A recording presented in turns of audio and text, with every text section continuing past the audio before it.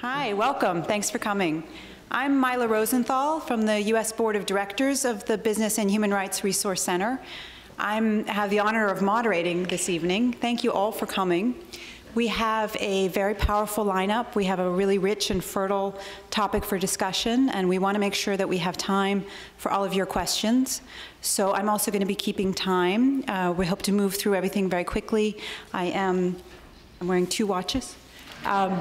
We are going to start with a welcome from Ulf Karlberg. He is the chair of the U.S. Board of Directors. He was an international business executive for 35 years.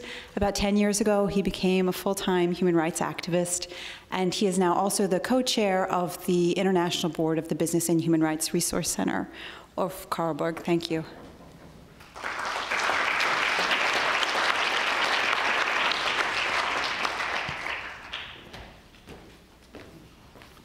Thank you, Mila. Here is the activist in the corporate uniform. I'd like to say welcome to you all. Thank you very, very much for coming here tonight. And there is a special welcome, of course, to our very distinguished guest speakers here. Mary Robinson is well known to you all. She has also given her name to this speaker series.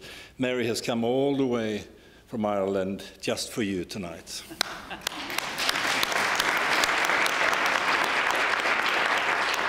Our keynote speaker this evening is Ma Yun. He's come all the way from Beijing just for you here tonight.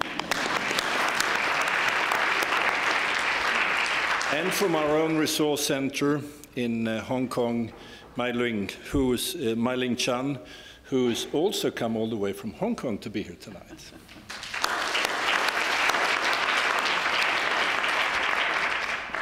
Now, as one of the founding trustees of this organization, I remember very well 10 years ago when Chris Avery, the creator and the director of the organization, was sitting in his flat in London with this great idea and his computer to create some kind of Google for business and human rights.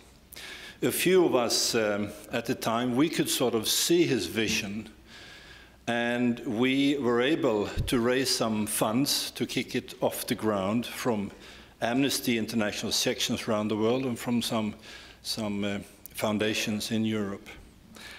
And something that helped us was, of course, that Mary Robinson joined us as chair of our international network of advisors. That was a great thing that helped us a lot. Now, 10 years on, it's quite clear that this organization has had and is having a great impact around the world. Our mission is very simple: to promote transparency and accountability, encouraging companies around the world to respect human rights.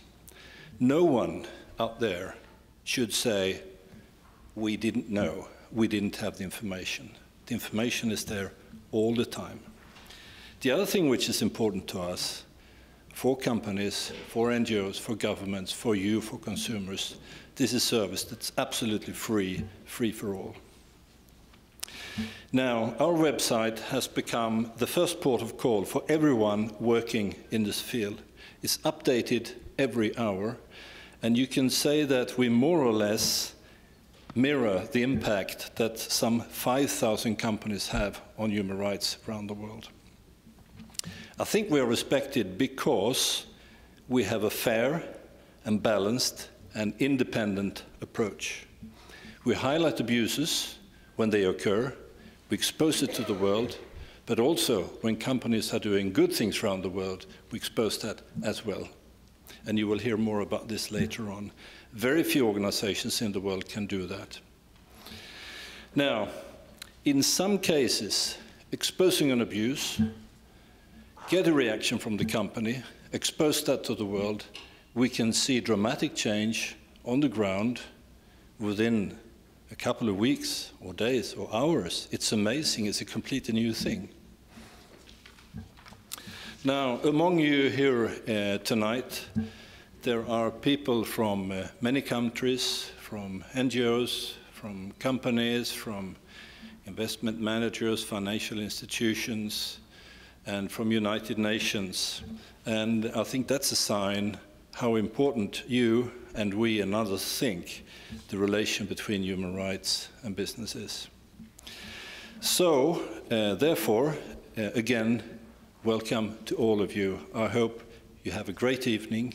And before introducing the founder of this organization, we have another announcement to make, I think. Some friends that are here for the first time. Absolutely. Yeah, who are they? Our fellow trustees, members of the U.S. Board of Directors of the Resource Center. If we can ask you all to stand up. There are 5 of you here this evening. Thank you so much for sharing our leadership.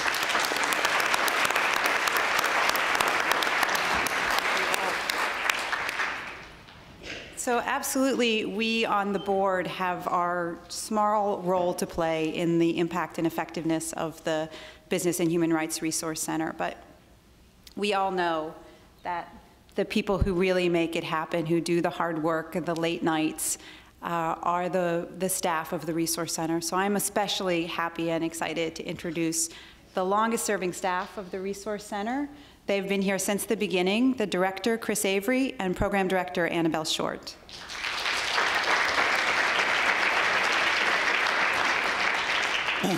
Thank you, Mila.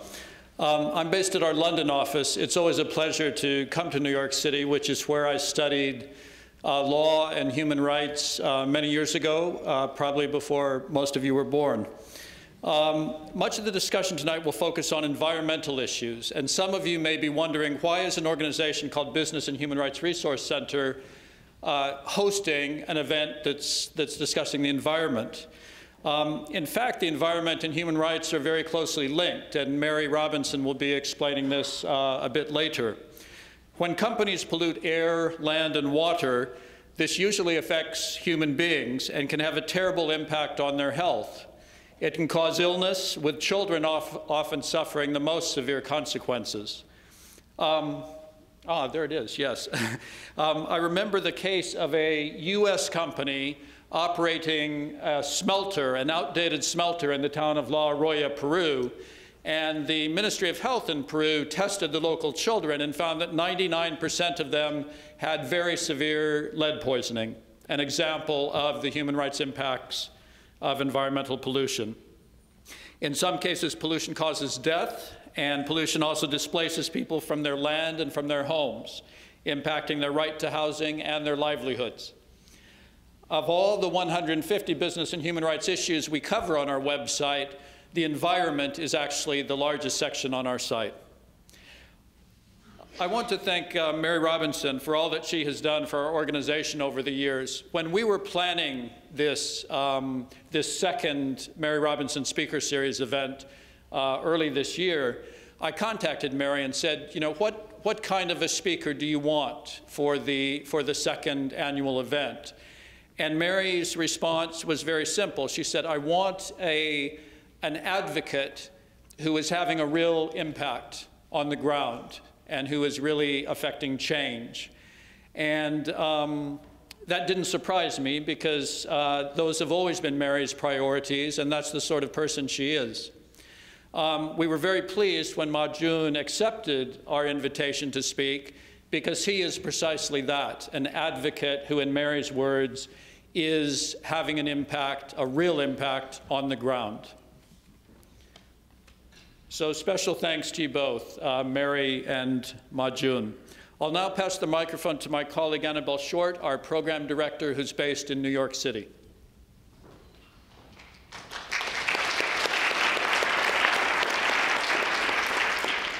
Hi, and thank you from me to all of you for coming. I'm just saying a few brief words about our regional researchers.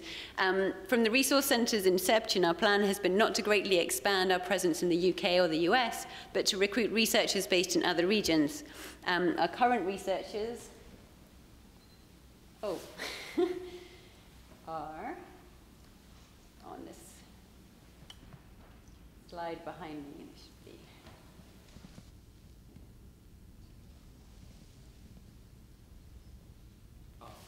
Sorry about that, there are a few empty slides there. There are current regional researchers. They're close to the action They develop personal contacts with people in human rights and environmental organizations, in business and in government. These contacts and the researchers' knowledge of local context means we have much better coverage of each region. They also mean that we're more effective when we seek responses from companies to allegations. The researchers' use of relevant languages is obviously helpful as well. For example, Ella, who's based in Ukraine, uses her Russian to provide summaries in English of reports that are only available until that moment in Russian, which means they can reach a bigger audience. We're lucky to have two of our regional researchers with us here in the audience tonight. Abiola Okpechi, stand up.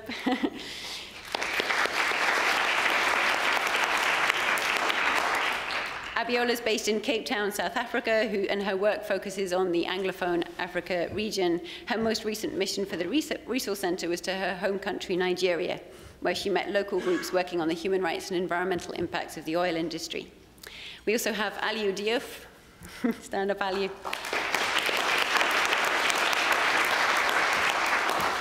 Aliou is based in Dakar in Senegal, and he covers Francophone Africa. He's recently back from Gambia, where he attended a meeting of the African Commission on Human and People's Rights.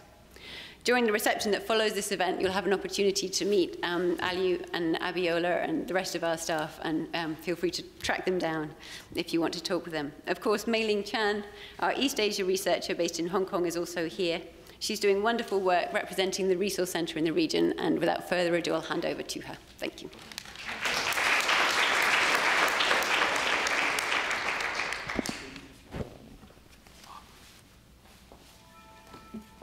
Good evening. This is my great pleasure to share with you this evening my perspective on business and human rights in Taiwan, Singapore, Hong Kong, and China. And I see both challenges and opportunities in these countries. Before joining the Resource Center, I have been an advocate in Hong Kong on behalf of workers, in particular female workers, who labor in Chinese and Cambodia factories, long hours in unsafe conditions. I saw how many companies could damage their reputation and their profits by neglecting the rights of their employees. My job at the Resource Center expands upon that work, allowing me to draw attention to a broad range of human rights issues, such as discrimination against hepatitis B, those who with hepatitis B, land seizure and forced eviction, scandals over food contamination, IT companies, both foreign and Chinese, complying with government demands for censorship and restrictions on freedom of expression, multinationals providing the Chinese governments with surveillance equipment, and pollution not only harming the health of communities, but also destroying the livelihood of farmers and fishing communities. In Taiwan, labor and environmental concerns loom large. Despite Taiwan being an advanced economy, some Taiwanese workers still struggle to earn a living wage, with many incidents of illness and even death from overwork.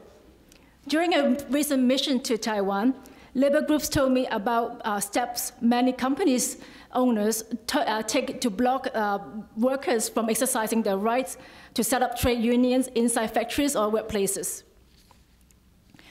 The past year have witnessed tragic events at the mainland Chinese factories of Foxconn, a Taiwanese company with over 1 million workers on the mainland.